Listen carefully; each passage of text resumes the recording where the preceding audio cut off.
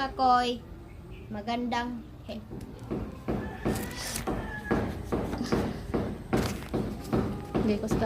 Hello mga kakoy, magandang araw po sa lahat na mga nanonood sa akin.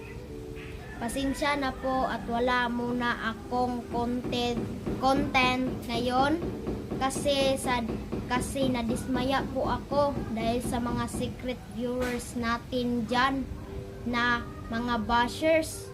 Alam niyo, wala namang mali sa content ko kasi pangpatawa lang yon.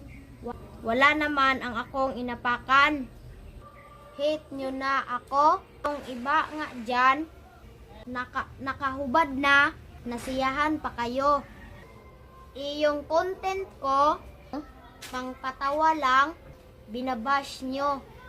Hindi kayo nag-comment pero bashers naman.